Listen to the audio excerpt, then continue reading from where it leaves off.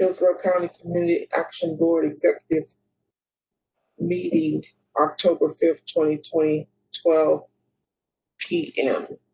virtual meeting is now being called to order, effective 12:02 p.m.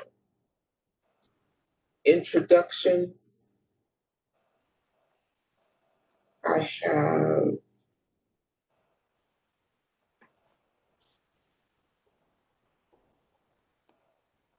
Mr. Vice Chair Joey Henderson, Jennifer. Present. Thank you. Jennifer Anderson. Yes, ma'am. Maria Gillis. Good afternoon. Sharon Gordon. Is present. Kelly Mistrada. Present. Audrey Ziegler. I'm here. Derek Guida. And Miss Heidi, our court reporter. I'm going to save myself from the last name. Did I miss anyone? I think that's everyone. Okay. So, invocation, if you guys don't mind, can we just bow for a moment in silence, please? Thank you.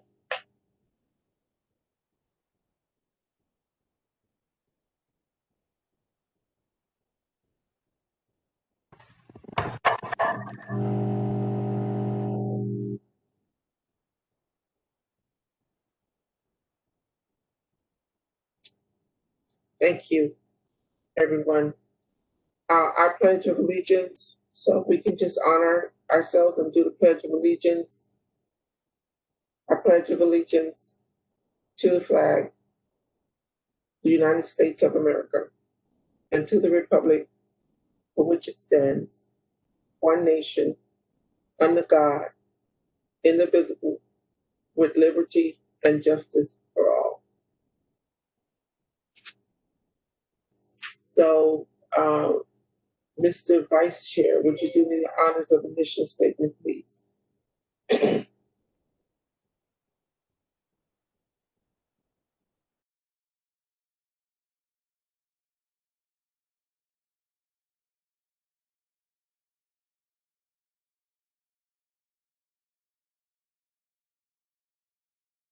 Madam Chair, I would, and fortunately I didn't have my documents pulled up.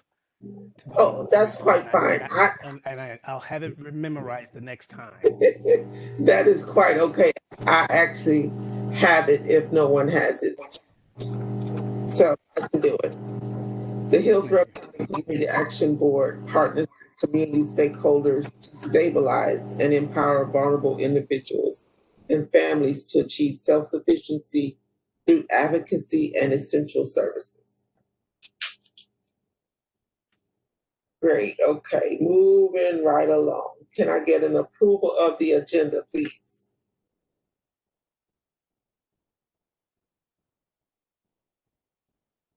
So moved, Madam Chair.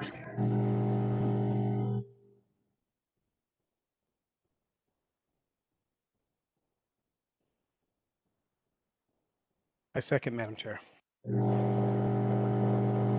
Thank you, Mr. Parliamentarian, Mr. Thomas. It's been motioned and second that the approval of the agenda. All in favor? Aye. Opposed? And so we do have 4 board members, actual members on, so we are good to go, right? I should have asked that question up front, but I did not, so. Moving on to standing committee reports. Our last executive committee meeting, and guys, I'm like you, Mr. Henderson, you have to forgive me. I came in this morning, I covered everything up on my desk. I can't find nothing.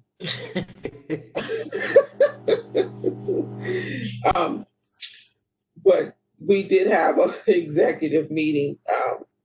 When was that date, staff? I'm sorry. Do you remember? Do you know, Ms. Gordon, right off? of the last executive committee meeting. Yes, ma'am. Let me just double check my calendar, so I'll wait, y'all.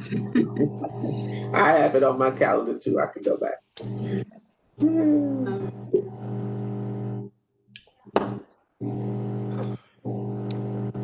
I believe it was, I'm looking at my calendar and it looks like it was, let me just double check.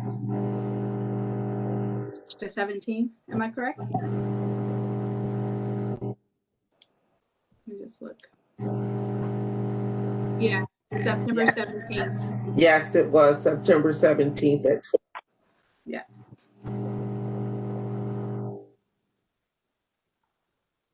Okay, during that meeting, we did discuss the proposals. So we discussed the proposals. We discussed having the Bylaws Committee meeting. We also discussed training for the board, as well as training put together by staff.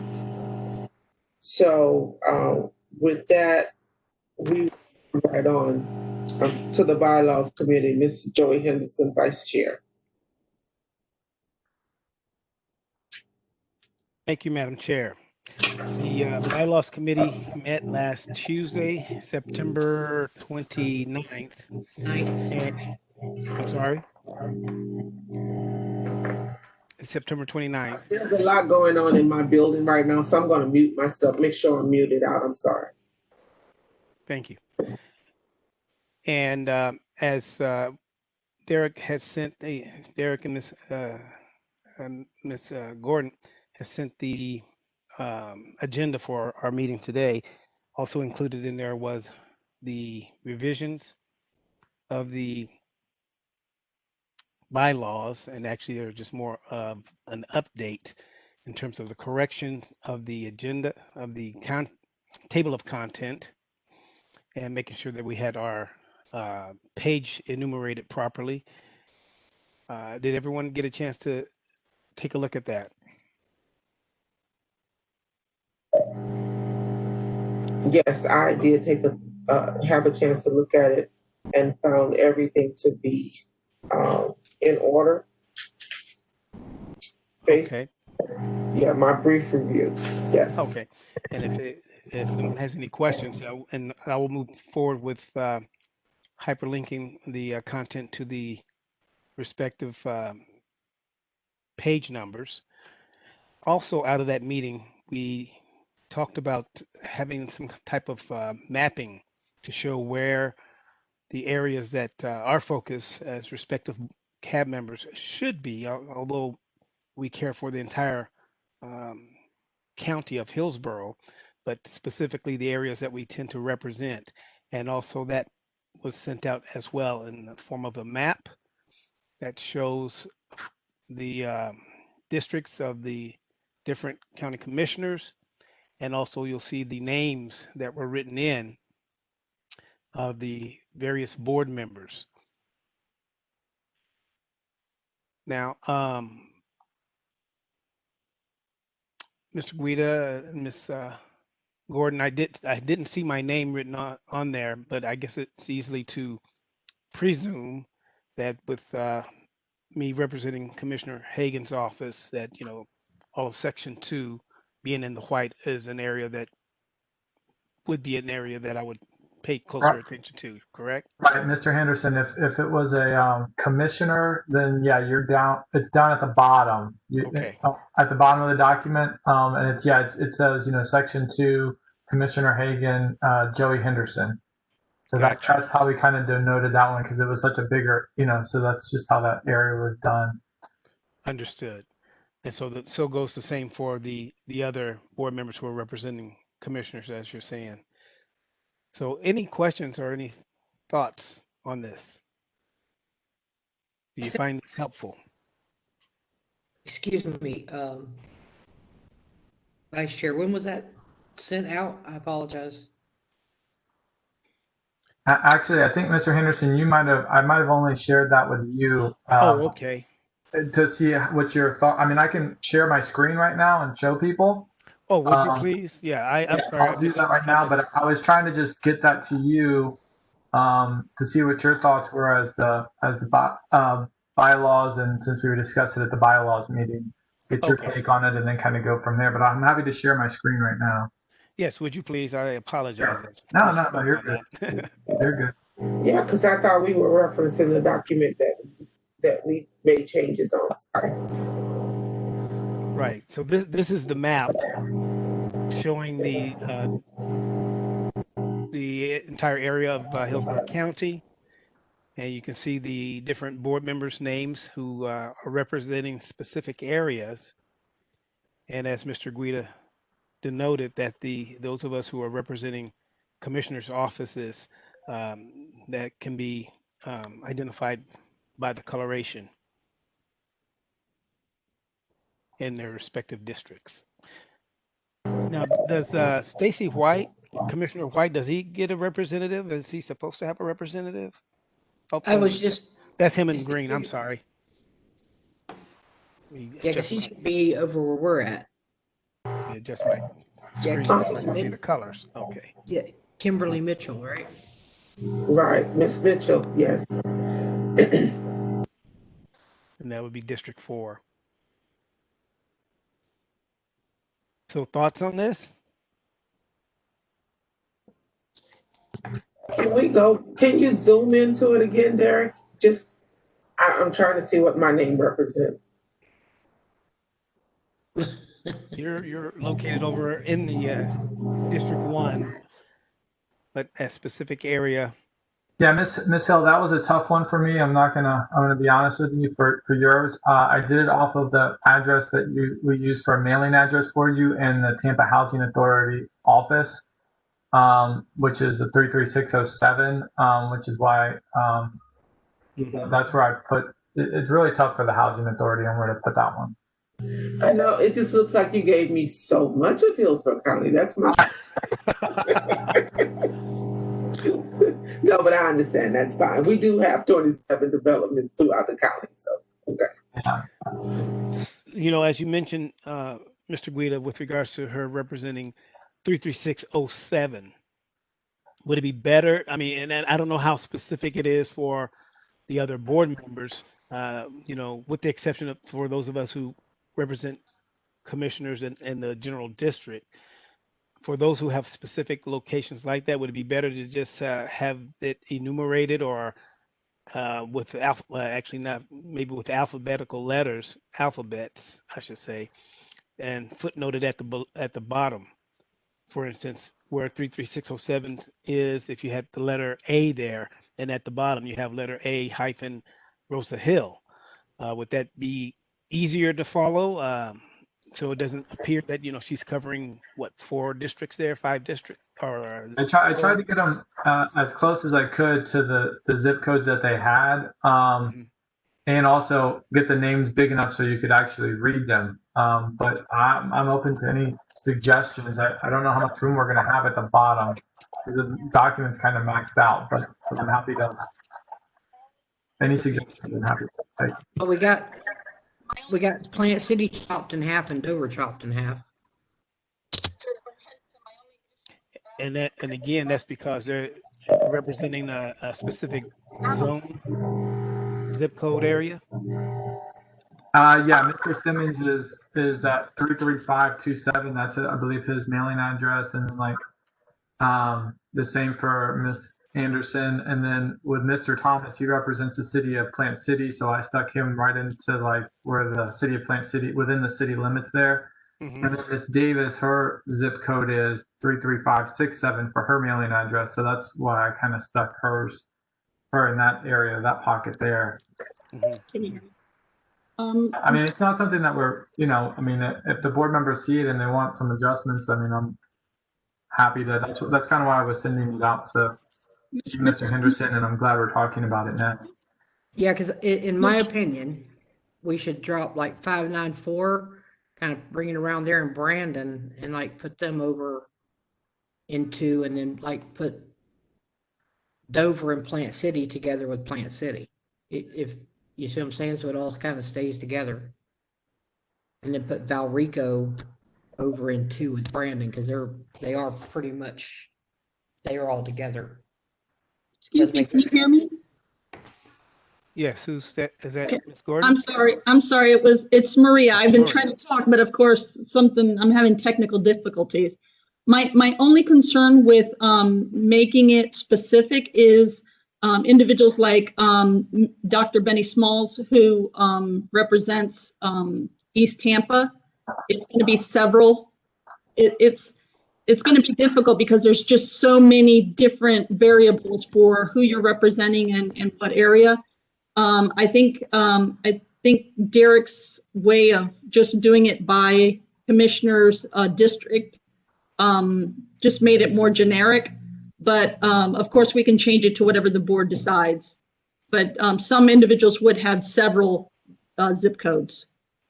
And as Ms. Anderson pointed out, their area is so large, it encompasses a lot of different zip codes.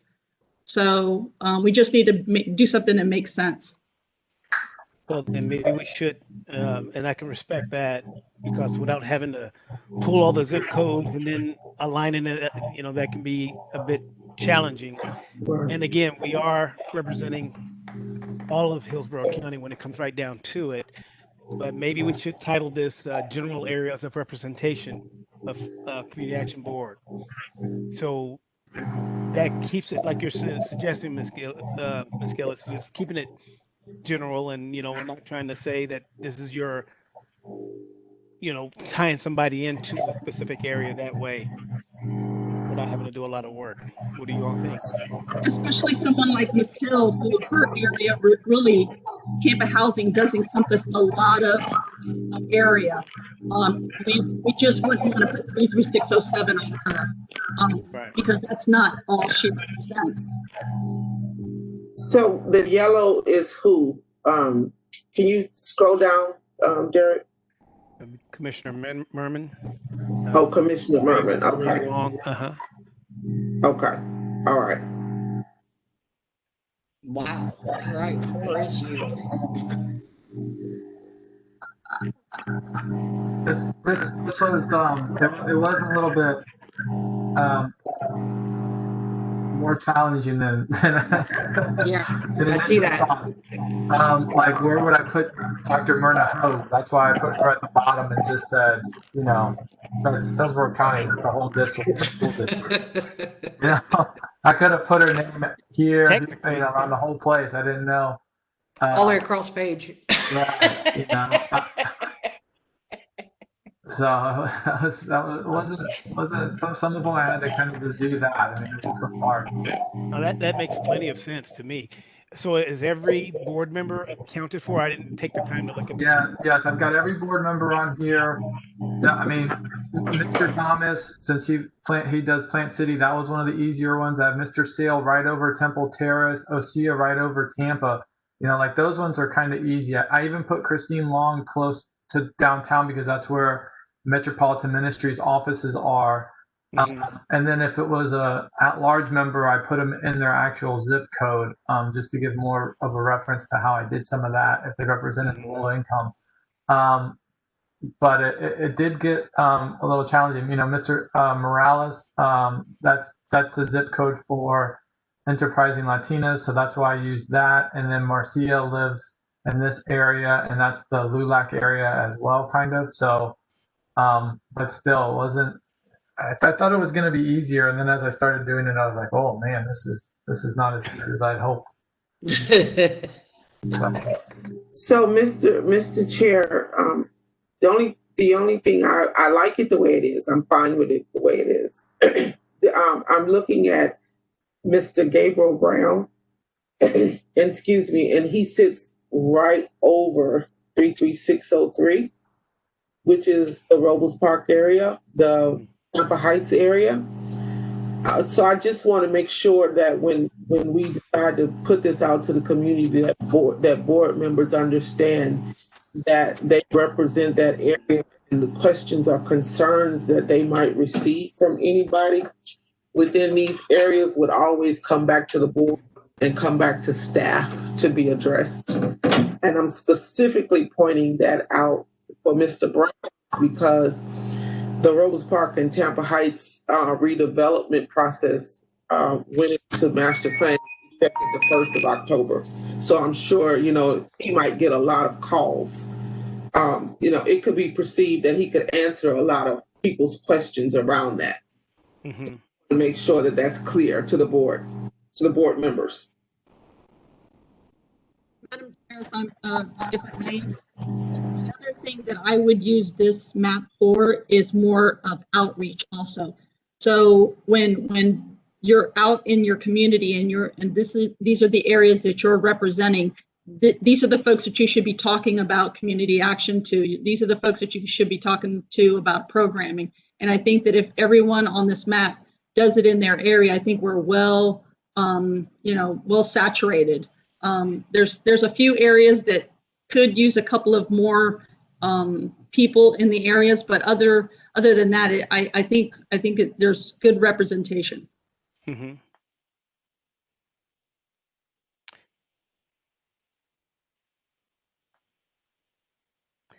I was thinking also, and again, I like it when I first saw it. I said that this is good. This is what we need to have a good idea in terms of who we represent and our locations. But again, I would go with it looks like we have enough space up at the top for some type of header and branding of Community Action Board logo. But in thinking about what you were saying, Ms. Hill and even Ms. Gillis, it may be prudent for us to put some type of disclaimer, if you will. And I was just jotting something down here that while the mission of Community Action Board members focus on the care of all low-income residents or the interests of all low-income residents of Hillsborough County, this mapping represents the general area Community Action Board members represent. Concerns and questions for specific specific areas will be addressed by the general board. Something to that effect, maybe?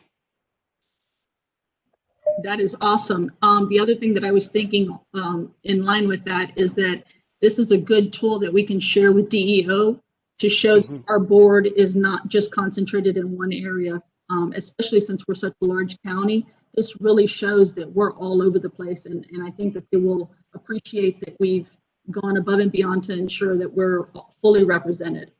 Absolutely. So with that, Madam Chair, I'll script this up, and unless we want to go ahead and write something out now and to present to the board to accept and have this added to the map that Mr. Guida put together. Sounds good to me. I'm comfortable with you scripting it up and sending it to staff if no other board members have an objection to that, and then it can be presented as a package to the board.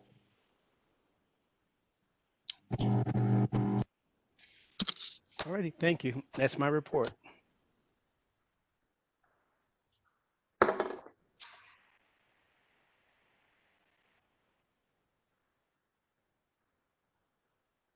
Okay, I was able to step out and get my community action file. So now I'm back on track from last month to this month.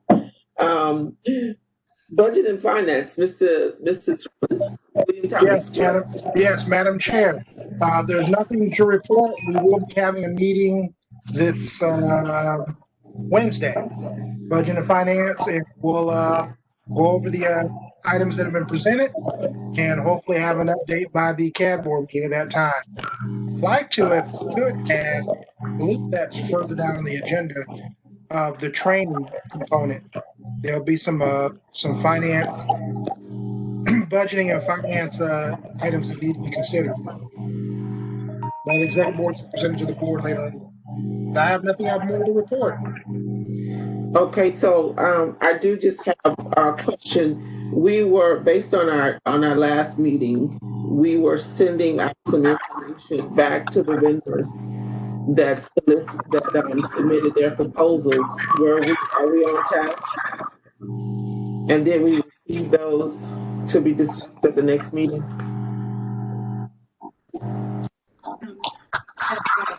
Madam Madam Chair, this is Sharon. Yes, the proposals are in the packet. They've submitted based on the recommendations that we provided.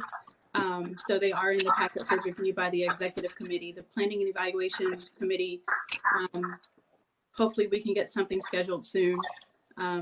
So that committee will have an opportunity to review the proposal as well.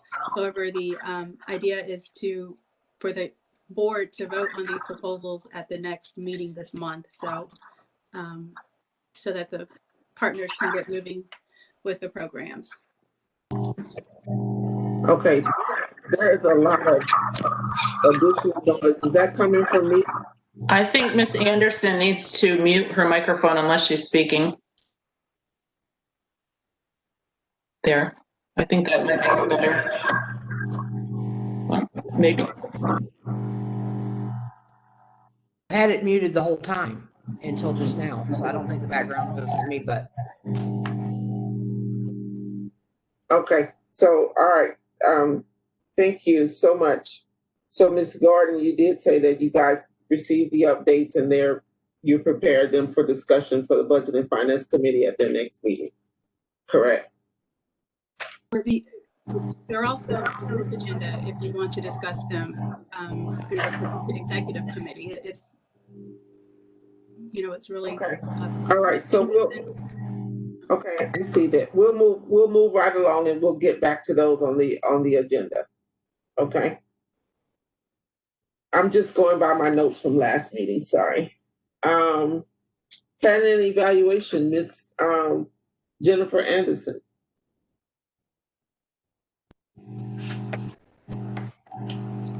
There it is again, but it was, I don't know what it is. It's not being honest because it was doing it when I was off. So I don't know what that is back there. Yeah, Ms. Gordon did send the, excuse me, Ms. Gordon did send me the updated proposals and we picked some days to meet and I guess she's trying to get us a date set where everybody can agree on. So that's where we're at right now. We have tried to Ms. Gordon and I have tried to do that. Like at your request. But I do have a couple questions maybe somebody can help me with here. I'm not, oh my goodness gracious, I love computers. That was sarcastic, by the way. With the, wasn't Epic, it was the Tampa Housing Authority, and therefore, where is Trask Street? City of Tampa? Where's Trask Street? Nebraska. Trask or Trask? Trask, T-R-A-S-K. T-R-A-S-K, yeah. That is. I just was reading this earlier to get a chance to look at my map, so I apologize. I was reading back over and I missed something, and it was right before the meeting started, and I read this, and I'm like, wow, I missed that. I thought I'd just ask. Trask is located inside of the Robles Park development in the Tampa Heights area. For physical point of reference is Martin Luther King and Central. Yeah, I know where Robles Park is, so it's in the Robles Park.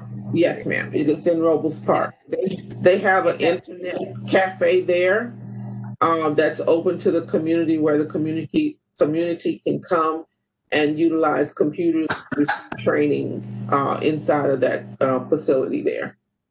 Right. And how about, and that is or is not in the city limits of Tampa? All of the housing authority properties are in the city limits of Tampa. We don't have any properties in the county. Then my question is it the cap, and y'all, again, a learning curve here all the time with me.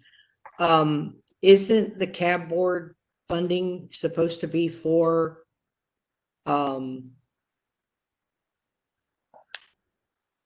unincorporated Hillsborough County? Yes, and I can answer how that is addressed. And I don't know I still don't know the details of the proposal, but our properties are located inside of the city, but because we have 10,000 residents or better on Section 8, everything that we offer, regardless of where it is housed or located, it's opened up to every resident of Tampa Housing Authority that lives in Hillsborough County. Example, West Tampa, West River project, which is North Boulevard. The majority of those families moved to the Section 8, which is all over Hillsborough County, but we're still servicing them at a Tampa Housing Authority property, which is located at 1800 North Rome, right next door from where they moved from, because I have a facility here. Make sure that residents receive transportation and whatever they need to get back to any training. So we host things at our buildings, but they're open up to every resident. But okay, so now I got that information. I wanted that in my head first, is the reason why I asked that. So the proposals, if you haven't read them, one for Tampa Housing Authority, which is a wonderful program. I think it's absolutely terrific. This is the one that I think you, Ms. Miller and I, we were talking about how it's actually, to me, is underfunded because they're only asking for $15,000 for what they want to do, which is to help children that otherwise, like if that cafe is closed due to COVID or is limited due to COVID, they would be helping children with technology, school supplies, and even things for their learning environment, such as tables, desks, chairs, for children in the home, especially those that have to be home due to having to take advantage of e-learning or online learning due to their own health or to health of someone in their family. They can't go to school for some reason due to that. But my question is this, the 2 units that they have put up for this to fund are, let me find it again. This is tiny, tiny printing. I'm old, so please be patient with me for just 1 second. Is for,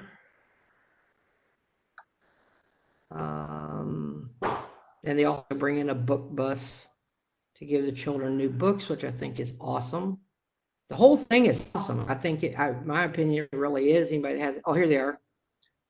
They will be doing this at the Arbors on Trask Street, the Oaks at Riverview on Broad Street, and Seminole Park, Moses White Estates on Muskogee Court. So they're actually going to be serving these children in their home at those addresses.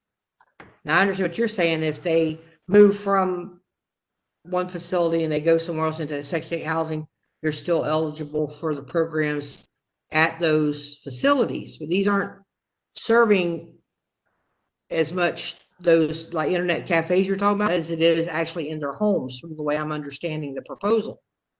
So would they actually qualify for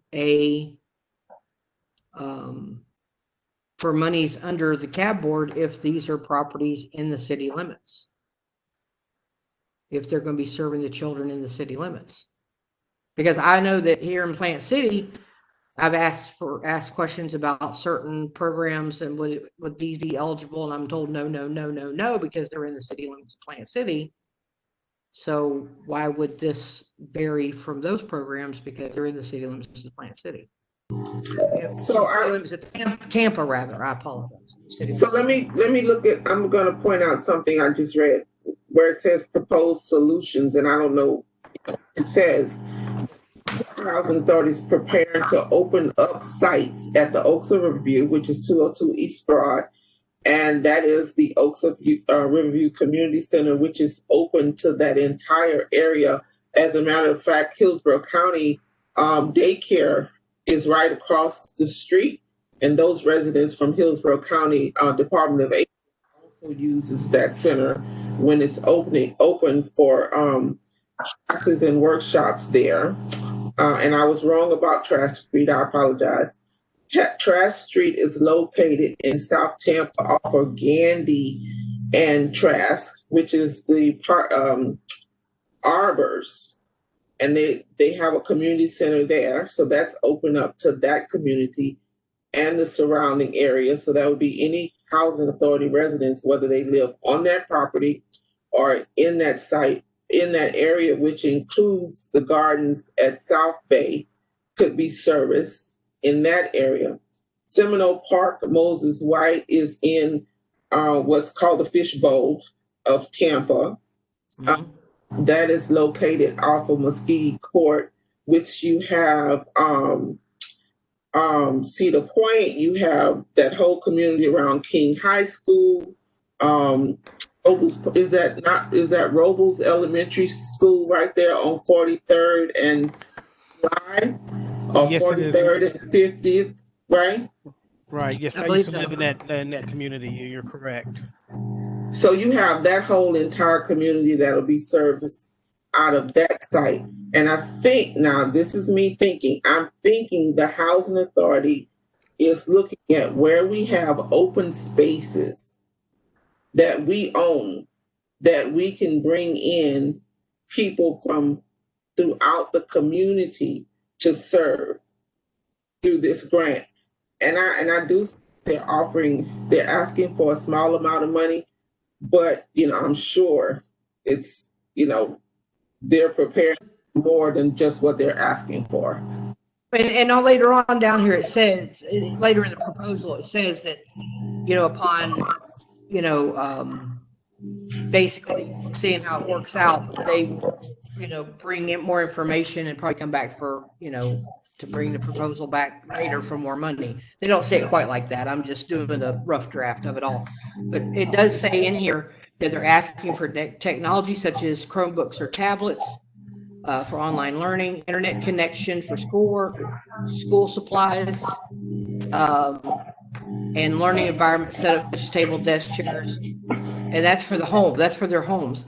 Now, see, this is what doesn't make any sense to me, and I have to ask this again. And not to you, Ms. Hill, but to staff. In the past, like last summer, not this past summer because that was all weird and COVID-y, but past summer, I asked why the Parks and Recs couldn't pay for children that lived in unincorporated Hillsborough County to go to the Plant City Parks and Recs. And I'm like, nope, can't work that way. So how come children that don't live in these sites, and I get where you're coming from, can get these sites and get service that may not live in Tampa, but live in unincorporated Hillsborough County, can come and use the programs that are available at Tampa Housing Authority that are on Section 8, which I think is wonderful. Please understand that. I think that's great. But why is it okay for Tampa kids, but it's not okay for Plant City kids? You see what I'm saying? So staff, before you chime in, if I'm not mistaken, it was Mrs. Gambrell that asked staff to go back and get with the Housing Authority to make sure that they included all of their Section 8 participants. And just for knowledge, Ms. Anderson, not just to do with this proposal, but with anything the Housing Authority does, you have to look at the fact that even though we have developments, we service people. And so people have a choice to live on one of our developments or to live on our Section 8 program. And just that's not my but hold on just a second. Just because they live on our Section 8 program does not mean that we can deny them any service that we offer through the Housing Authority. So I understand your point about the Boys and Girls Club. I just want to clear that up for the Housing Authority as a whole, as it relates to anything. If you are Section 8, public housing, low-income housing, however we're labeling it now, if you fall under Tampa Housing Authority, you qualify for any service that we offer. The only time a person would not qualify for something is if they fall upon a specific grant. Now, when you get specific grants like the Choice Neighborhood, which service the Encore, then I have to be careful about how many people I service with that money. But right now I'm servicing the whole Ybor area, whether they live or not. See what I'm saying? So you don't even have to be a Housing Authority resident to receive money through my new endowment that I brought up about a year ago. I think Ms. Thomas and I discussed it. So it just depends on that. But housing authority residents on the property, Section 8 off the property, they're still our residents, and we service them under everything that we offer. So I just want to make that. Staff can answer the other question. I understand, and I understand where you're coming from. I think that's wonderful. If you're a Tampa Housing Authority client, you should be entitled to Tampa Housing Authority programs. I think that's great. What I don't understand is how come somebody, and I'm not just saying Tampa Housing Authority, any agency that's in Tampa, how come they can go to Tampa and get services if they live outside Tampa and go into Tampa? But if you live outside Plant City, you can't go into Plant City for services and it be paid for. I don't understand that. I don't get it. Especially when, even if you, right now I'm sitting in Plant City, Florida in my home. If I go pull my tax bill, it says I live in unincorporated Hillsborough County, even though I live in the city. And so therefore I'm not understanding it. Maybe staff can explain that to me. Ms. Anderson, this is Maria. Yes, I can. The difference is that Tampa Housing is putting in a proposal. If City of Plant City would like to put in a proposal, they would be treated the same way. I believe that the last time that we discussed this, it was just to make payments to Plant City Parks, and we are not able to do that just without a contract or an MOU or a project or something of that sort. So if Plant City would like to put in a proposal and have it reviewed by this board, they are welcome to do so, and it would be treated in the same fashion. That's not what I was told when I asked about it. I was given a whole different answer than what you just gave me. I was told totally different, something else when I asked about it. But I promise you, before next summer, I will make sure Jack Holland gets with Bill McDaniel and that happens. So. Now, the only thing we can't do and not just, and Ms. Hill can chime in on this, the only thing we can't do is duplicate services. So this would have to be an enhancement to something that you already have.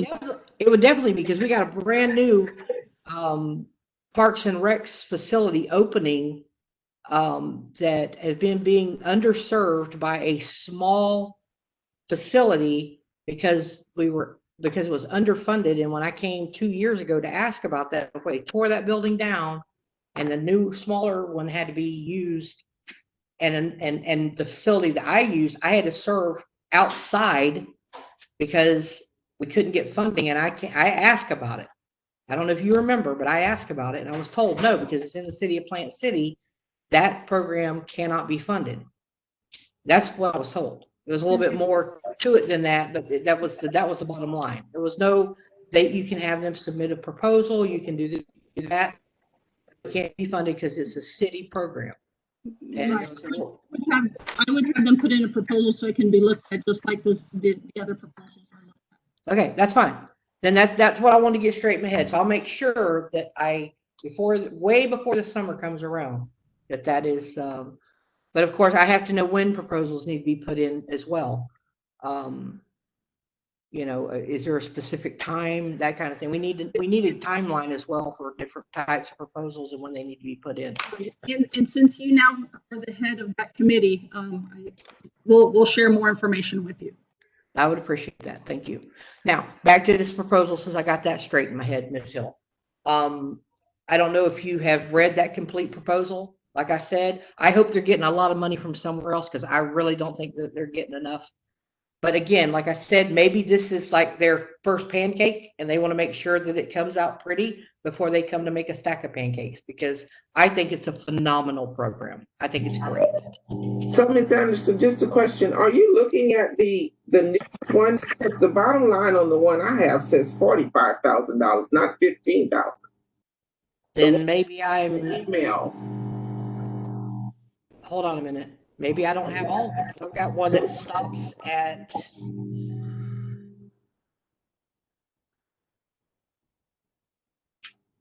I've got one email this morning. Right. It came in the you're saying Ms. Hill is 15,000. 15,000. Martin, what is it? Am I looking at the wrong lines? Maybe I am too. Maybe this is the one that Miss Gordon sent me. Ms. Anderson, it's the last page of the proposal. They increased it to 45,000 because when I spoke with Ms. Bobby Davis, they could actually spend more than 15,000. She was confident that they could spend up to 45,000. They were just being very conservative. Because the original one I have was 15,000. I'm not crazy, right? Let me look at what I sent you. All right.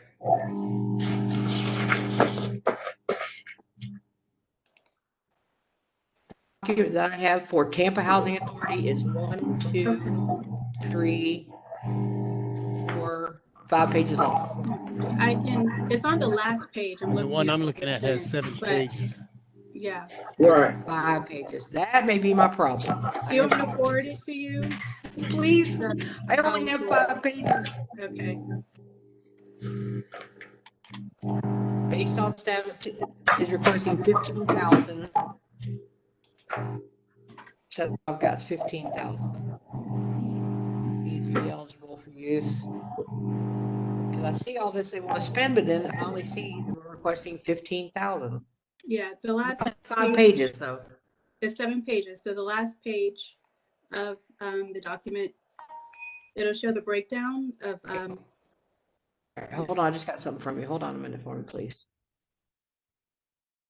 All right, I think I got 10,000.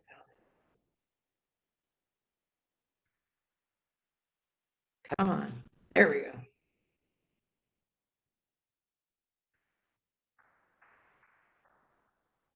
I have read the whole proposal though, so this should be really quick. There's 2 pages to look at. Wow. Okay, Miss Hill, now I'm on the same page you are. Okay, $45,000. Now that makes a lot more sense. No pun intended, right? Yes. A lot more sense, CNTS. Yes, sir, Mr. Henderson. Ms. Anderson, just this is a question outside of this proposal. Just a question in general. Yeah. The Plant City Housing Authority. Yes. We cannot do, Tampa Housing Authority cannot service any residents in Plant City because you guys have your own housing authority. Have you Yes, guys we do. engaged your housing authority about expanding and offering some programs to youth and looking Right at now, some of these dollars that are coming through? So have you guys engaged them in that? Plant City Housing Authority, trying to figure out how to, we have a very, very, very, very, very long waiting list. We have very limited number of units. We're working on figuring out about the low income housing issue that we have. Our powers that be in Plant City don't understand that, yes, we are a small town, but have you ever seen Plant City's low income housing? Actually, I have. Yes, ma'am. When they updated it, it was like putting lipstick on a pig. And we're trying to make them understand that we need to increase it. And Plant City came up with the idea of coming up with 30 city lots and building houses. No, we need something that goes up, not out, or houses. So we're working with the city manager right now. He's actually agreed to have a panel of nonprofits, residents, that kind of thing, to sit down and speak with him, and he agrees with us, the people that actually go out in the streets and work with the people, that there needs to be more done than just some Habitat for Humanity homes and that kind of thing. 30 homes is not going to solve our 3-year waiting list issue. But as far as like doing something like this with Plant City Housing Authority, I'd love to go to them and show them this proposal and try to get them to do something like that. But we'll see. It's Okay. It was just motivating people. No, it's a great thought. But first I've got to if we can get this done and show that it works in Tampa, then I can go and say, let's get this to work in Plant City. But they're kind of like, they all act like they're from Missouri, and then I'm just going to drop the mic right there. But I have to show that it works first, and then we can move on from getting them. I just now got them to do a project we're doing with Felicia and Candace and them, and Plant City's going to put their CARES Act and Hillsborough in East Hillsborough County to work for the homeless. So that's a huge step for Plant City. So it's looking better. Everything's looking better over here.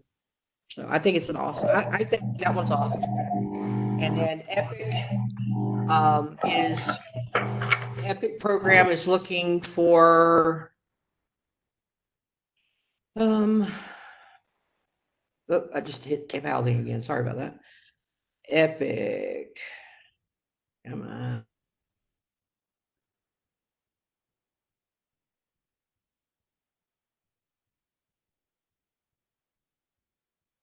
They have a couple different programs here. They have the Visions of Destiny, and something called a Woman Standard. And it's basic, with the one, it's for young people that are gotten in trouble in school.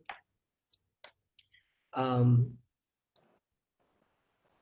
they're trying to help them get straightened out and become, what's the word I'm looking for?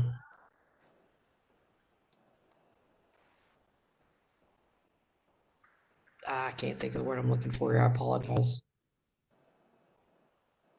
But it's a program that teaches them how to be good little boys and girls after they've done things wrong. I guess. And Ms. Anderson, may I add, this is Sharon Gordon. Yes, ma'am. Yeah, in total, they're asking for $31,250. Right.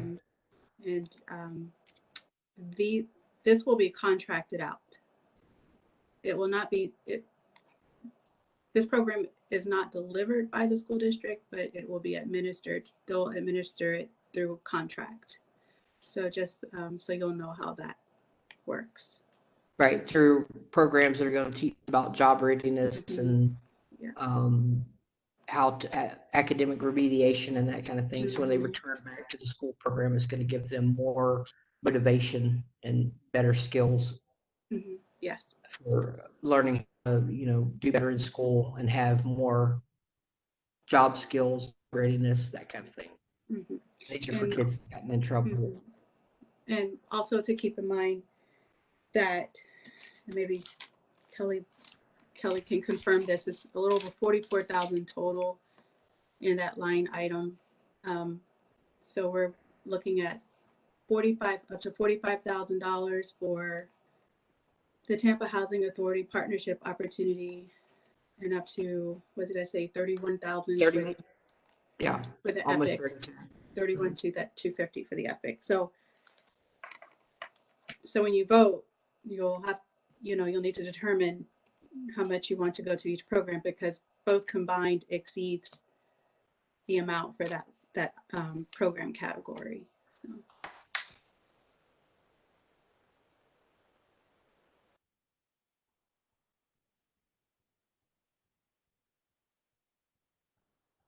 So, because the Epic has two programs, one is 100-hour instruction for mentoring, job readiness, academic remediation.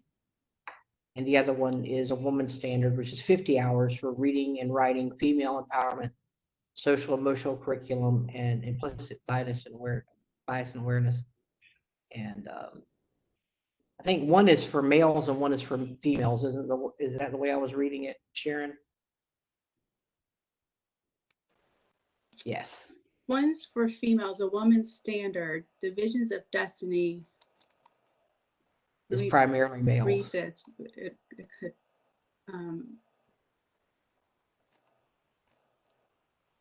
You just double check. I don't read where it's primarily males.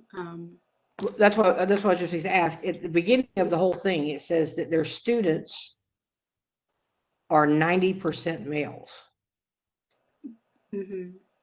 So, well, their customer base is mostly male. So, yeah, that based on their statistics that they provided, yes. So, but this woman's standard is targeted to serve 100 females who are in the program as well. Yes.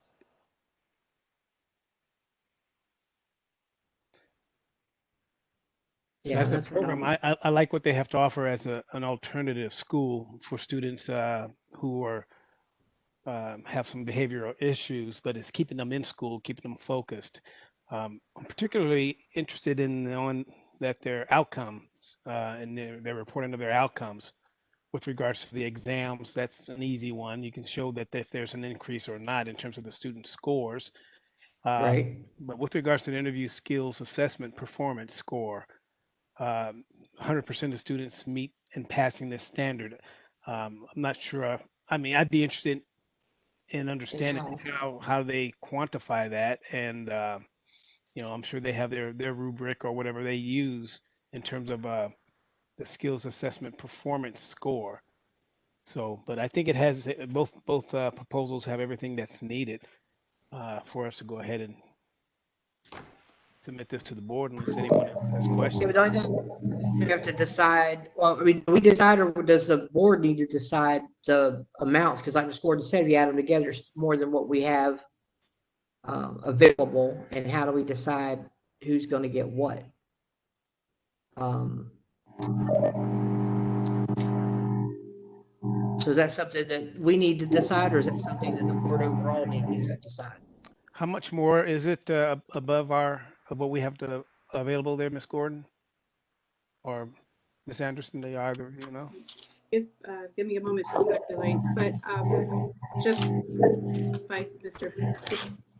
It's recommended that you go to the board with a proposal on how much you would want to fund each. That way, Okay. it makes it more Thank you. productive. So Kelly, I'm sorry, Kelly, are you still on the line? I'm here. And I had it written down. Is it 61,530? It's 61,530 is the line item. However, at a prior meeting, the board voted to move the money that was overspent in scholarships, which is 17,500. 500. So we have $44,030 in that line item, right? That's what I have also. Okay, that's what I had written down. So, Mr. Vice Chair, the total amount in that line item to decide both of these proposals or one or whatever the board decides is $44,030.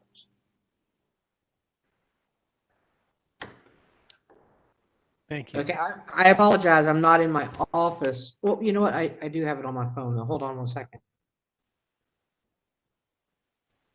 As I say, I don't have it with me. I do. I have it on my phone because I received it.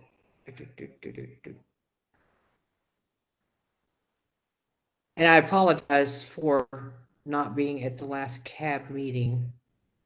I had the meeting with you guys that morning, and then I laid down and took a nap and woke up at like 7. So please excuse my absence.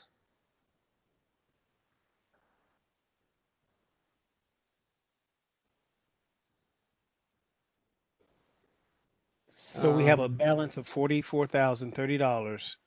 I'm trying to. And then we have THA with the $45,000 request and Epic with a $31,250 request. Is that correct? Yes. But we also, getting aggravated myself here. It's CAB agenda. We don't have the packet yet. Okay. I don't have last. Oh, yeah, I do. At the last CAB meeting, I know we had some money in, that we had planned on moving or needed to move money before we lose money. Oh my goodness, that sounds like we're Plant City.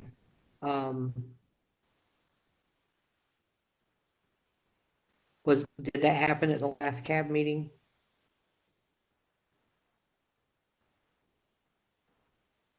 Did what happen at the last? At the last executive meeting, Ms. Anderson. I was there for that. I was at the last. Okay. Oh, go ahead. I'm sorry. I'm sorry talking over you, and I apologize. No problem. I just wanted to say, as far as I know, there wasn't any other dollars that we needed to move outside of the 17,005 that we moved to the scholarships, which is what reduced this 61,000 down to 44,000. Okay. And then we don't have, the scholarship money. I don't know, we use that Okay, so it's youth development. And the summer. Okay. I don't know what I was thinking. I apologize. So 44,000, and then we have.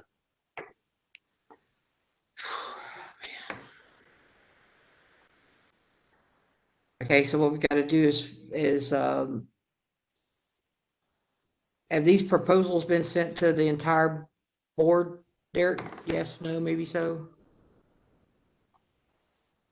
This is something they are going to have to decide how they want to split this. Yes, Ms. Anderson, this has not been shared yet with the entire board in this format. That has been updated by Sharon. I believe that if I'm correct, it'll be shared in the next mail out, which will be coming out this week. So they will be getting it at that time. So.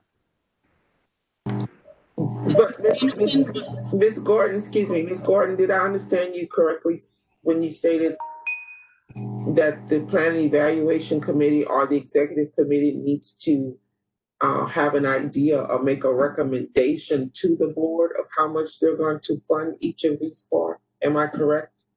Yes, I would suggest that. Okay, so Ms. Anderson, prior to when the entire proposal can go out to the board, but to have some idea in mind of what amount you want to grant, or the board wants to, the executive committee wants to present to each, or however you decide, each one, whichever, we need to make a recommendation. You need to have something in mind prior to going to the next board meeting. And then okay, well, we'll be on from there. Okay, well, we will, if we can, I think it would be prudent if Mr. Thomas does not have an issue with it, since we already have a meeting set up with Budget and Finance, and Ms. Gordon doesn't have an issue with it. I think it would be prudent, since we're this close to a board meeting, if Mr. Thomas and, or the Budget and Finance Committee and the Planning and Evaluation Committee were to meet again together. It would probably be prudent, because we'd be able to hash numbers and proposals together and come up with a something to propose to the board on the next meeting, because we need to get this moving. And I have been part of the issue, but I won't be anymore. All my medical testing is done, and they figured out what's wrong with me, so I should be a racehorse again pretty soon. So. Well, this is William Thomas. I'd like to ask for staff chime in as far as public notice. If there's no barrier or complication with that effort, I again, with the chair's approval, judiciary wise, chair and co-chair's approval, I would like to be open to that, to doing a joint meeting, but seek staff's input prior to that. There shouldn't be any problem, because you already have a scheduled meeting, and it does have to do with budget also, so I don't see a problem. And it would guarantee that we could get all the answers done in one shot and ready for the board meeting, and we could work together to come up with a proposal for how much for each one. I think that would be well, out of respect for the positions, if chair and vice chair have no issue with that meeting, my anticipation is 45 minutes for budget and finance and 45 minutes for planning. So seek the chair and vice chair's approval. I approve you guys having that meeting. Mr. Vice Chair, are you game with us having that meeting as well?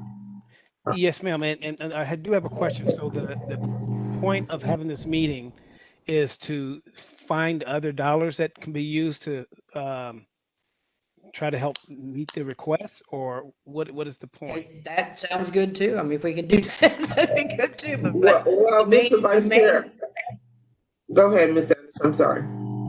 The main reason for the meeting, Mr. Vice Chair, is for finance and planning and evaluation to come up with a proposal for the board as to how much each one of these proposals, how much should be funded for each one of these proposals. Now, if in all this, Mr. Thomas can help me eke out some more money then that would be absolutely wonderful, but that's not the main purpose of the meeting. That would be a bonus. That'd be wonderful. It'd be like a cherry on top, but that's not actually the purpose of the meeting. But if we only have $44,000, am I correct? Yes. Then Ms. Mastrada, I don't know, are we going, I mean, I don't want to spin in our wheels if we're going to be meeting again. Otherwise, we can make the decision right here to say, okay, we don't have enough money, but let's go back to the organizations, and we only have the two, right? Okay, go back to the organizations and say, hey, you know, we can't fully fund you 100%. What are your deliverables if we give you X amount of dollars? Or we can tell them, you know, this is what, you know, we had a certain amount, and this, you know, this is what you asked for, and this is what you get. Right. I mean, ideally is to be able to give them what they requested, but we don't have the money to do that, right? Not in this budget. Right. You're Mr. Vice Chair. So staff, Ms. Mastrada, are there any dollars, corners in the budget that we're missing that we could probably reallocate money? If so, then I would say yes. And then, you know, definitely we want to take another look at that. If not, then we may be able to make the decision today, unless, you know, unless you rather really try to meet and discuss it a little bit further. I can review the budget items in the line items and where you stood as of August 31st. Just to let you make that decision. I don't determine how the dollars are allocated. Normally the board goes and Ms. Gordon makes a staff recommendation, and then it's voted on by the board as to accept or change her recommendation. So I can tell you your budget line items, what you're budgeted for and what you spent, but I can't necessarily tell you how to divide your dollars out. No, and I definitely appreciate that, and thank you for reminding us. But back to Mr. Thomas's point, the logistics of it all is that the committee meets, they look at the budget, prayerfully, Ms. Mastrada finds money, in our assessment of the budget, we find that there are some dollars we can move around, but then we have to take that to the board to get their approval, and then now we're into the month of December. But we don't have, because that has to be approved by the board. Mr. Henderson, just to help out here, what you could do is have the committee meet, vet out the proposal, come up with a couple of different options, and that way when you go in front of the board, you have a couple of different options, because truly I am very confident that the board is going to vote to have these programs, but if you do all this moving around and the board says, no, we're just going to fund one of these, then you're back to the drawing board. So okay. In my opinion, to make it more, smart with your time is, at your committee meeting, talk about the two programs, talk about what they're asking for, what we can fund, and where we would like to move money from, and have like maybe A, B, C, D. So that way, when you go to the board, you can give them a full picture and you don't have to come back to the committee. That's an excellent recommendation.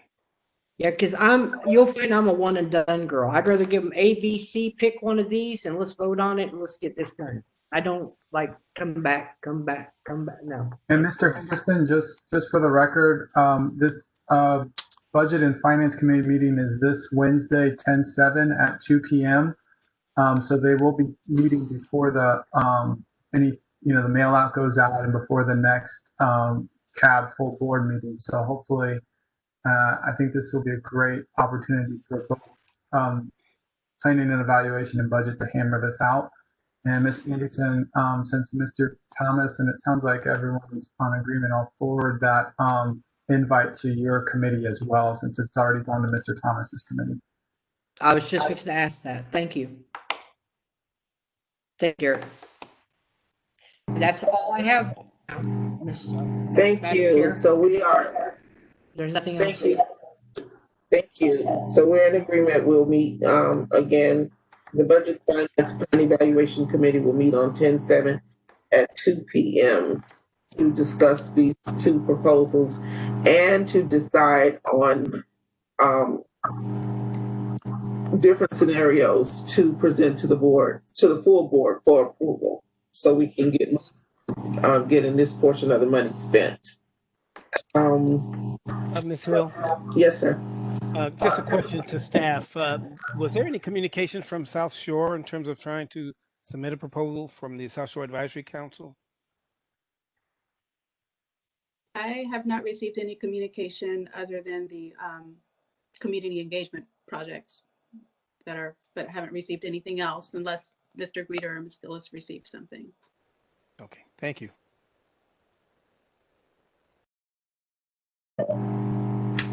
Okay, Public Information Committee, is Ms. Sedana on the call?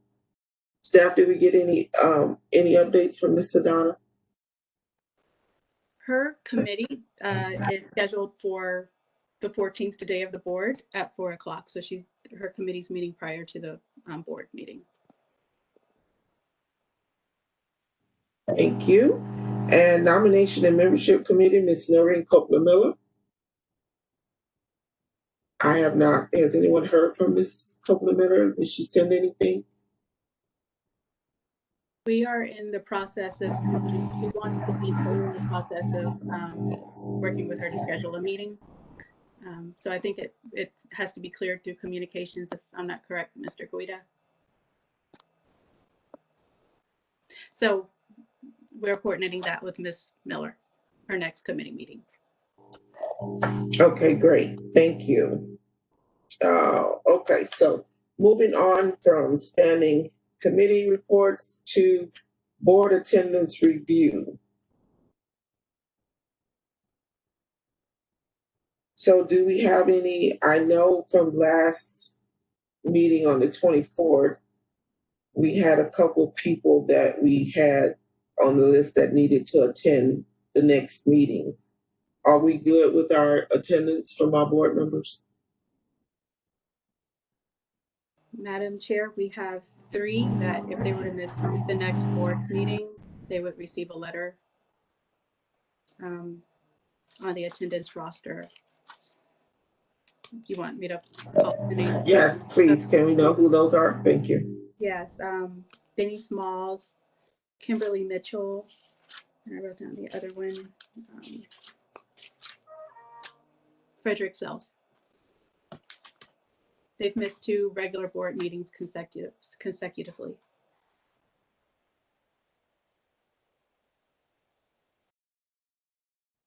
Okay, thank you very much. So we will table that to see what happens at our next board meeting. So, Madam Chair. Yes, sir. Just a reminder. So the board members, aren't they supposed to get a letter acknowledging their attendance, or do they get it at their 3rd absence? And I should know this because it's in the Bible. I believe they get it at their 3rd absence, letting them know if they miss another one. Sharon, am I correct? Their 3rd absence. That is correct. Yes. Okay, thank you. You're welcome. Okay, so we've board trainings is next on this agenda. Madam Chair, William Thomas. I can jump in front, and I guess Ms. Gordon can help clean it up a little bit. I was voluntold to do a parliamentarian bylaws training session. So the plan, in a nutshell, is to not don't fix anything that's not broken. So go back to the previous training we had at the Regents several years ago, and whatever information that is not considered intellectual property, if we can find that and obtain it, staff can find and obtain it. We're going to put together or I would put together a quick refresher, which will include the latest revisions on the Robert Rules of Order. And me being the ADHD guy that I am, I like to keep those meetings short. So I anticipate a training session of maybe an hour. So at this time, that is the plan.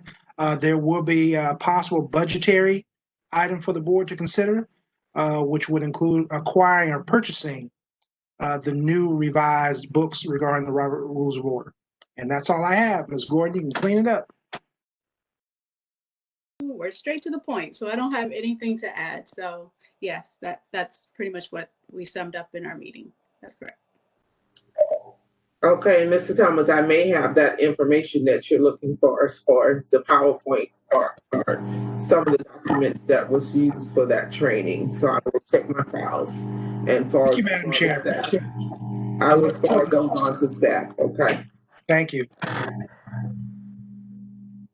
Madam Chair, if I may, on the subject of training, Madam Chair and I discussed reaching out to Collaborative Labs, who did a workshop with the entire board a couple of years ago. It was great exercise. We went over our needs, our community needs assessment. It went over a lot of things, and she asked me to pursue it. Actually, Ms. Gordon reached out and was able to get a proposal from Collaborative Labs, and it's very comprehensive, and I wanted to see if Madam Chair would like me to share it with the entire executive team, or would you like to review in order to move forward, or to postpone it, or you know, at the will of the board.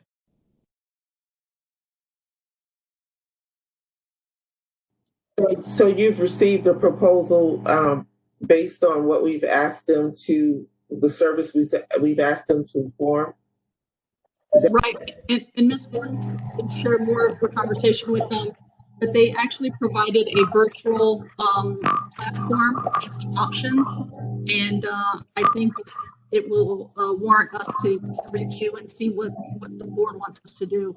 But Ms. Gordon got a really good feedback from Collaborative Labs. I was really excited when she forwarded that to me. So if you can you send that to me for review prior to us, or Mr. Vice Chair, let me draw you into this. Collaborative Labs is the St. Pete College, if I'm not mistaken, where the guy did the picture graph of everything we said, and at the end we had this wonderful picture that depicted everything that we were talking about. So that is the training that they're looking to bring to the entire board. In reviewing of the information, I would like, if it is okay with, you know, as far as the rules, staff, correct me if I'm wrong, that Mr. Vice Chair can review that as well. And then if there's any questions, they will come back to staff between the two of us, and then we can work it out from there, right? For the chair and vice chair to look it over and have some feedback, and that way, when we meet with the entire board, the vice chair and the chair are very versed on what the training will be. Yes, that is correct. And I'm not sure of his schedule. I know everybody's busy, but if we could get that this week, it would be awesome for me, because then I can spend the time that I need to look it over thoroughly. You will get it in the next 2 seconds. Okay, great. Thank you. So, Mr. Vice Chair, you good with that, reviewing that? And if you have any questions, send them back to staff so we can get this training on board for the entire board to participate in. Absolutely. I've engaged with Collaborative Labs. This will be either my 4th or 5th time sitting through one of their sessions. And I'm particularly interested in seeing how they have been able to pivot post-COVID and still provide an effective training. So I look forward to it. Thank you for asking. Thank you so much. Mr. Thomas, we look forward to hearing from you, and I will get my staff person on board to pull you that information, because the Housing Authority actually pays that person to come out and do the training for our resident leaders on our property. So I'm sure we have that information here somewhere. So we'll make sure you get that. All right, so I'm reading from last month's agenda and this one. So agency proposals, we've gone over those. We know that on 10/7, those are going to be discussed again. Before I move to social services. Let me see what notes I had here. Is Ms. Ziegler on the phone? Or Ms. Gillis, you could probably. I'm here. Hey, Andrea. You're up next, but I do have a note here about. Hold on one second. I gotta put my volume up. Okay. I'm sorry, Rosa. Would you start over? We're in the same room, so we have to switch audio. Okay. Part of your report, I have a note here, a question that was asked about asked from Miss Jennifer about the small business owners and the 1099 as far as getting support. So if you can provide her with an update on that, and then I can check this off on my notes as part of your report. If you guys have talked about that, I just want to clear that up. If you have not, I understand. And if it's not a part of our executive meetings anymore, just let me know so I can take it off my notes. So Ms. Ziegler is up for social services updates. Madam Chair, I apologize. I'm not sure what you were referencing before. Could we spend 1 second so I could get some clarification? Ms. Anderson had a question about small businesses receiving, I don't know if it was the R$3 or COVID-19 assistance for the. Oh, okay. So the program that about now. Yeah, Okay, so this program that social services is managing or operating is not a small business program. It's a program for individuals. But she did send me the information for the applicant. So I do have that information. I'm not able to share the outcome of that, but as far as I'm concerned, it's been handled. Great. I just wanted to take it off my notes. Okay, thank you. I'm sorry for that. So for my update, good afternoon, everyone. Thank you for still conducting these meetings virtually. We do have a little bit of an update from the governor and how things will start to return to normal. And so I'm not sure if you're aware, but the phase 3 was executed. So a lot of businesses will begin to open up and things will start to change if they haven't already. And that did include the exemption of the virtual meetings so we could go back to in-person meetings. And I think a lot of the counties expressed concern over that, not having ample time to regroup to make those things happen. So the governor did extend the virtual meetings again for 1 more month. So the county is working on options on how we can resume face-to-face meetings. I don't think a face-to-face meeting will look exactly the way it did pre-COVID. What we're looking at is having a quorum that has to meet in person while the remainder of the members will be virtual so that we can still have and conduct safe meetings. And we're looking at the public participating similar to they do now on the YouTube, being able to view the meetings and still publicly noticing and all that.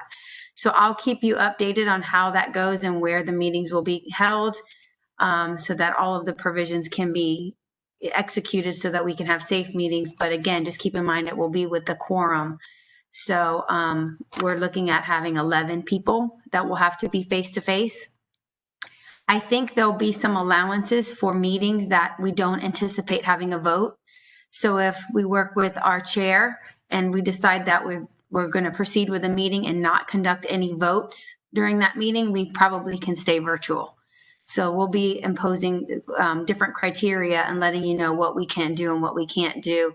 So Sharon will provide that guidance as we make the provisions available. So for example, if we're not ready by November, when all of this is lifted, we may have to have a meeting in November where we just aren't able to host any votes or hold any votes.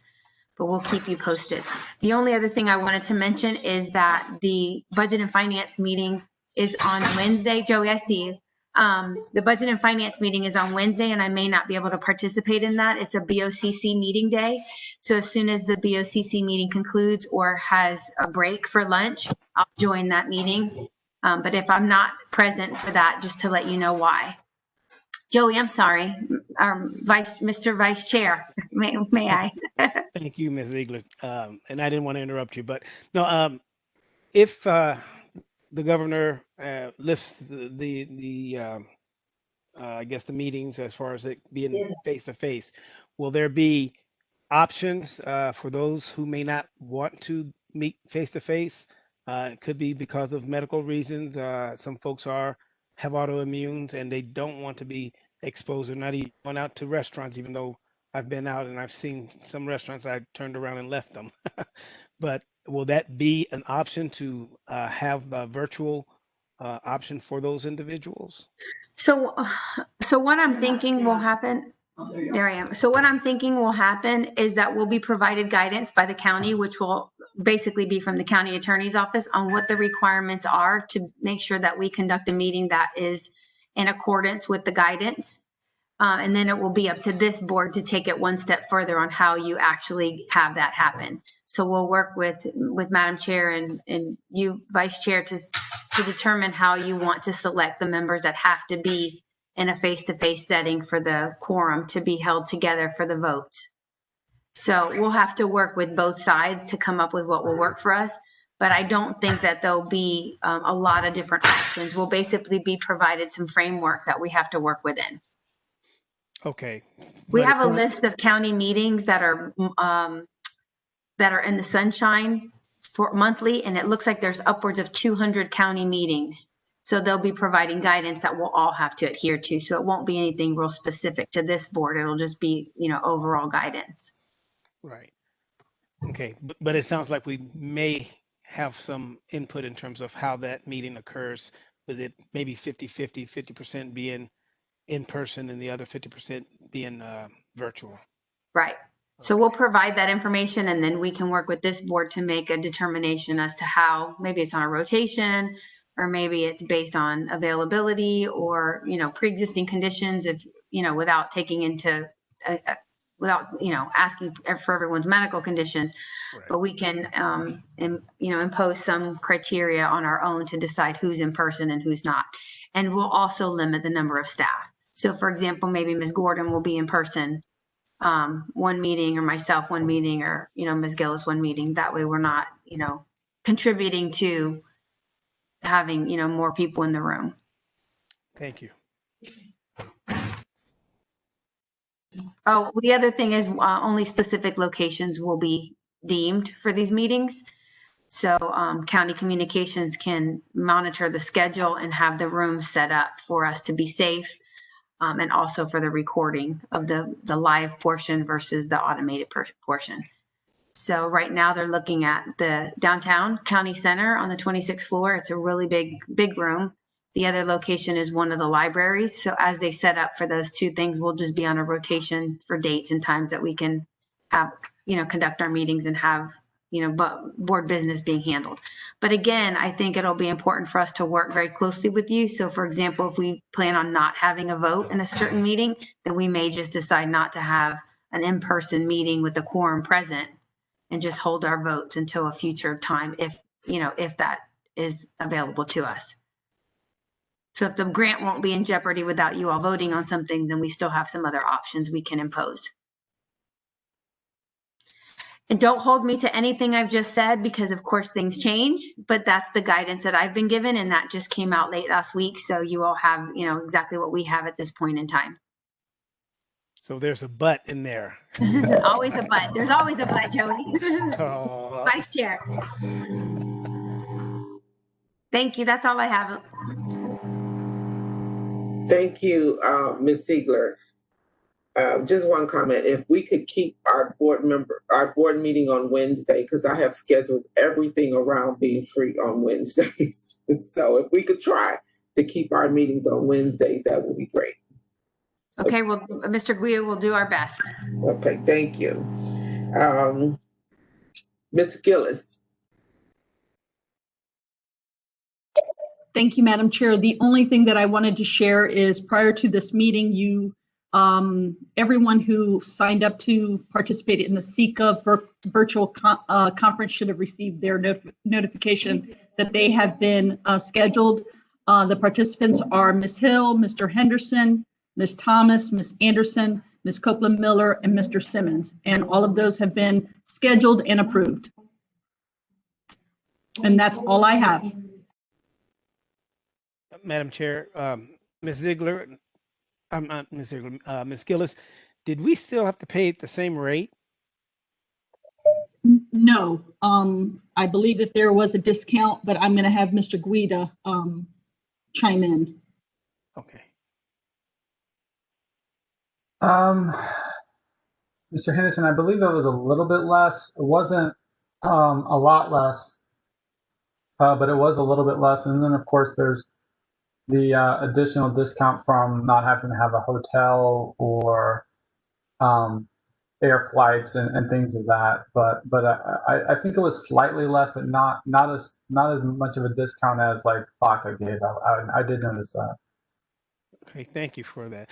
So with that in mind, and not to prolong this meeting, Madam Chair and staff, I don't know, that might be the wiggle room that we need. I don't know if we can reallocate the balance of those dollars that were appropriated for conferences and training. I don't know if that's something that we can do. Unfortunately, that's from a different line item, Okay. Mr. Henderson. And also our grant has a requirement of certain trainings, so we don't want to be out of compliance on that area. Thank you. So with that in mind, when all is said and done, we're going to end up with dollars that will be unspent. Correct? Could be, but we do have the opportunity, remember, since it's now an umbrella agreement, of maybe pushing forward some of those dollars for some future trainings when things go back to whatever the normal is going to be. Okay, thank you. I tried, Ms. Anderson. Thank you, Joey. And Ms. Gillis, you said that we should have received our conference information, or we will receive it. Yeah, Ms. Hinder, I did it a few minutes before this meeting, so you may have gotten it right before this meeting, or you should be getting it soon. I had to wait until after 10/1 because it was the county's new fiscal year, and so I was kind of like had to wait about a week on doing everything. So you should be getting it hopefully today if you didn't get it already this morning, just before this meeting. Okay, great. Thank you so much. And so definitely want to encourage everybody that signed up to make sure they attend that virtual conference online, November 3rd to the 6th. Okay. Ms. Gordon, grants compliance. Yes, yeah, Ms. Madam Chair, I would like to revisit item G, board training regarding the parliamentarian training, the Robert's Rules of Order. Mr. Thomas, did you want to propose a couple of dates? Did we want to conduct the training this year or move it to 2021? That was one thing that we didn't bring up, so. Yes, Ms. Gordon, if at all possible, I would like to have the training done prior to the end of the year. I would cautiously assume or presume that after we vote on the proposals, hopefully at the next CAB board meeting, there will be very little items to approve during the latter part of November, December. So take an opportunity to do training at that time, if possible, and get the consensus among the board.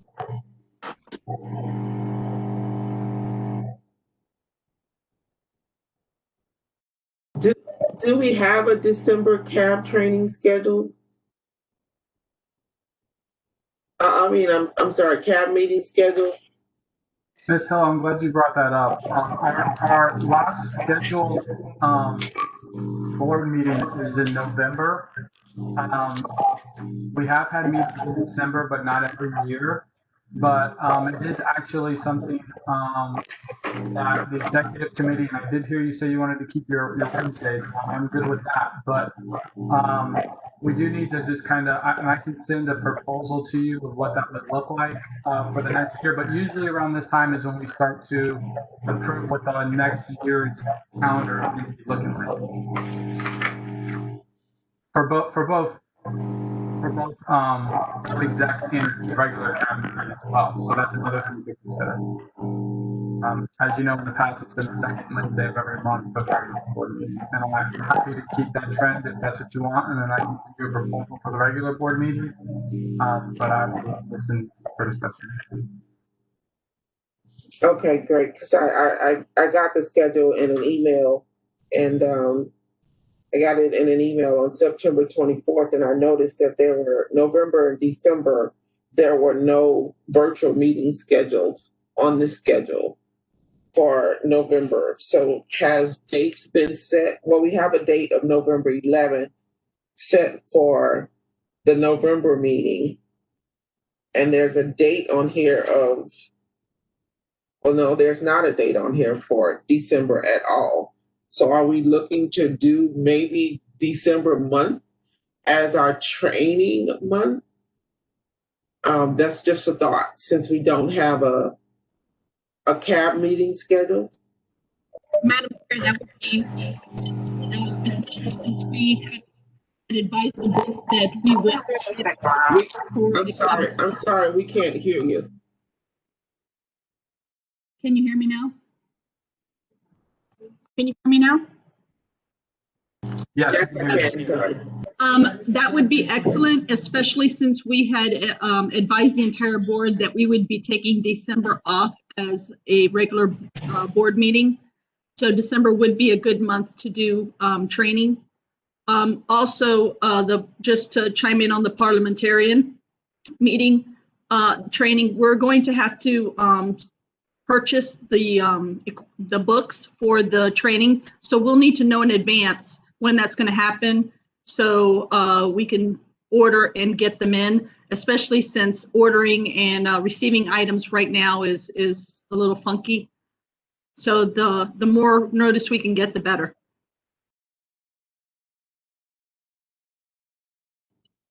Okay, so the floor is open for discussion. Mr. Parliamentarian, Mr. Vice Chair, Ms. Anderson, December as training month. Yes, Madam Chair, this is William Thomas. I have no issue with December. I do know or would anticipate that traditionally in December we've had some workshops too, right? To discuss future next following year's budgets. Yes, that's correct. Traditionally, we have, so that would be something to discuss during the Budget and Finance Committee. Okay, so we can mix the two up then. Like I said, I just anticipate that training, I have no issue with training in December, as what proposed by Madam Chair, and just know that we'll probably include some other workshops regarding, the board getting consensus for the budget moving forward. I'm good with, as long as it's not the last 2 weeks. That's, the holidays are kind of, I think all of us will kind of agree. I have a big family, so I'm like incognito those last 2 weeks. So is your last 2 weeks after 5 that you're concerned with, or do you have a problem with the entire 2 weeks at just having any? Those last 2 weeks, people here from out of town, out of state, I'm like a cruise director for my family. So, and my husband's off work, works for the school board. So I have grandkids, everybody's out of school. So the first 3 weeks I'm good, but last 2 weeks I'm neck deep. Okay, so noted. Just being real with you. Okay. So staff, if you could work around, what December would look like as far as our parliamentarian training, the Roberts Rule, the board training, and then Ms. Gordon, you'll get with Mr. Thomas about discussing any budget workshops at his next meeting, and then Mr. Chair, Mr. Thomas can present it back to the board as far as the schedule. Okay, yes. Okay. Mr. Vice Chair, anything you want to chime in on that? No, ma'am. Sounds like issue resolved. Thank you.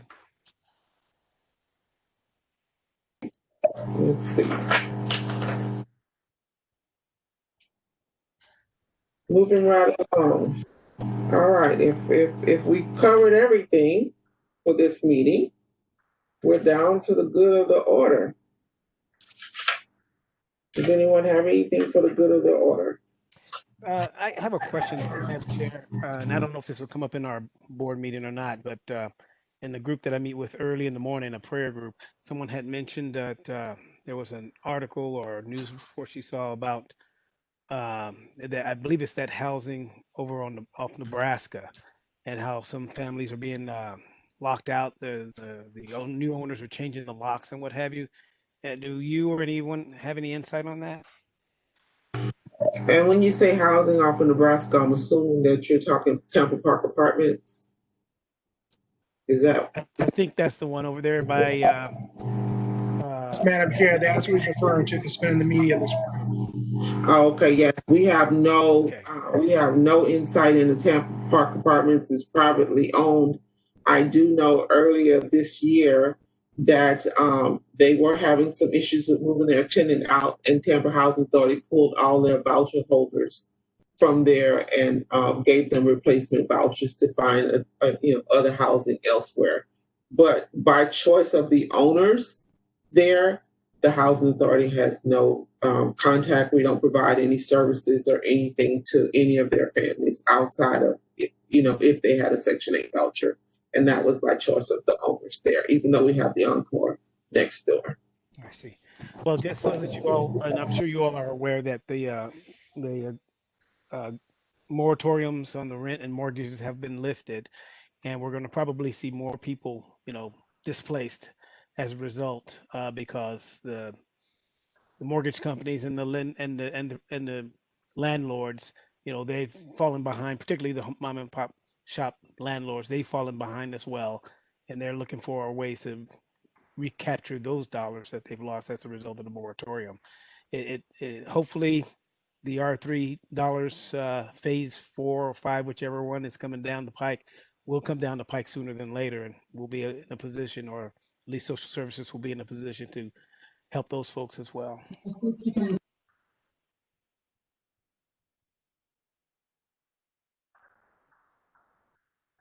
I'm sorry, Mr. Thomas, you were making a comment?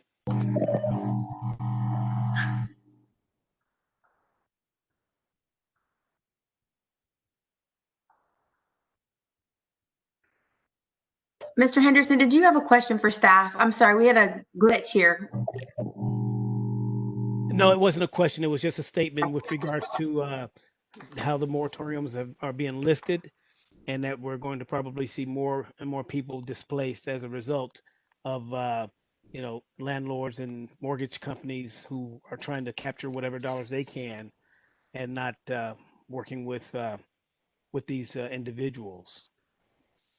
And that my hope was that hopefully there's more money coming down the pike as far as the CARES Act and the R3 program that the Social Services Department administers. Thank you. I'm sorry to make you repeat that. We couldn't hear in here for a quick moment, and I knew you were talking. I could see it that you were talking, but we couldn't hear you. Thank you. You're welcome. Okay, so yes, housing is an issue across this country, and we see it here in Hillsborough County. The building I'm in, Rome Avenue, is right across the street from the 2 new buildings that are going up. And we are close to the public, but we open our door quite often my staff has been good about answering people's questions and not just turning them away. But the Housing Authority is leasing up those 2 buildings. Unfortunately, it's 166 units, I think, in each building, all affordable. Unfortunately, though, those units are only going to people that are on our current wait list. So rather than extend the wait list another 500 years, and I'm exaggerating, what the Housing Authority did was merge its wait list, purged it, and trying to make sure that those people that have been on the wait list get an opportunity for all of the new housing coming on in the West Tampa first. So good for some, not so good for others, but that is the the world we live in. So, does anybody else have anything for the good of the order? And also thank you, Madam Chair, for reminding me that there is a Plant City Housing Authority. I remember I kept scratching my head thinking I could have sworn that there was a different authority out there. And I did work with them briefly when I was with Florida Home Partnership, and we built out the Alexander Wood townhomes. And our goal was to commit to several units for very low income families. And I remember meeting some of the folks who were at the Plant City Housing Authority, and they were excited to be able to refer people our way. So thank you. Yes, unfortunately, we can't service them, but Ms. Anderson, I would be happy to share any program that we're running here with you guys, as we do with every other housing authority throughout the country, to make sure or to help them set up services for the residents there in Plant City. They need help. So if no more, I am going to call this meeting to an end. And thank you very much for everybody's participation. I just hope that when we go face to face, we still can meet in the numbers that we're meeting in, because this has been great. You know, so many people are able to chime in because they're not stressed out trying to drive from here to there. So hopefully, you know, as we move forward, we can keep our attendance because the input of every board member is valuable. So with that said, And Madam Chair, on that same note also, and this is something that may be a good point of information. If the tech members of BOCC are able to give us numbers in terms of how many people were tuning in to these calls. I don't know if the committee meetings are made public. I believe they are. I believe all our meetings are public, but to be able to report to the board that we had X number of people watching, that also is an indicator that maybe the folks that we're trying to reach are also paying attention, but it's very difficult for them to get to these different locations when we do have these meetings. So thank you for reminding me of that. Staff, is that is a question actually for staff. Is that something that we can probably get reported at our meetings? Mr. Henderson, I believe that information is public at the bottom of the meeting on YouTube. It does show how many times it was viewed. So I'm going to look at those today out of all of our meetings, and I'll put together a little chart that shows participation or people that viewed the meeting after the fact. Excellent. Thank you. Sure. okay. Ms. Anderson, did you have anything? No. If no more, thank you guys again so much, and I look forward to Wednesday. Bye. Bye-bye. Bye-bye.